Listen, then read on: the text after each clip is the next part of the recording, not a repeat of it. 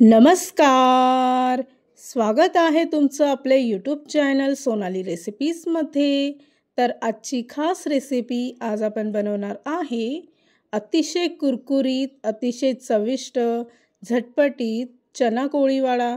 खूप सोपी रेसिपी आहे, खूप टेस्टी रेसिपी आहे.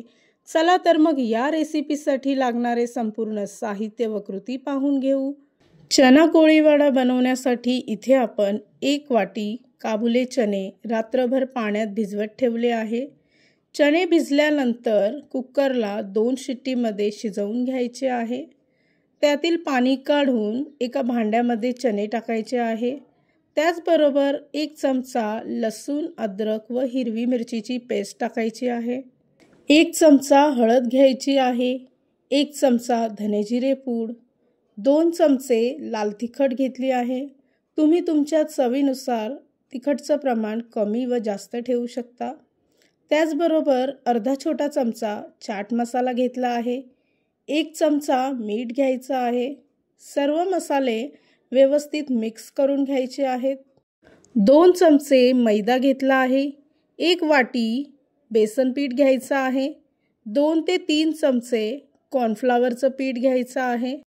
2 ड्रॉप ऑरेंज फूड कलर घेतला आहे. हा पूर्णपणे ऑप्शनल आहे. त्यानंतर थोडंसं पाणी टाकून सर्व मिश्रण व्यवस्थित मिक्स करून घ्यायचं आहे. इथे मी अर्धी वाटी पाणी वापरलं आहे. तर अशा पद्धतीने सर्व मिश्रण व्यवस्थित मिक्स करून घेतलं. त्यानंतर एका पॅनमध्ये तेल तापवत ठेवलं आहे.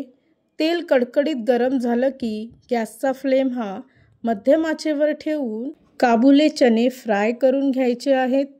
या रेसिपीसाठी लागणारे संपूर्ण साहित्य व कृती मी तुम्हाला डिस्क्रिप्शन बॉक्समध्ये दिले आहेत, तर तुम्ही तिथे जाऊन चेक करू शकता. चणे फ्राय करत असताना अधूनमधून ते फिरवून घ्यायचे आहेत, म्हणजे संपूर्ण बाजूने चणे कुरकुरीत तयार होतील.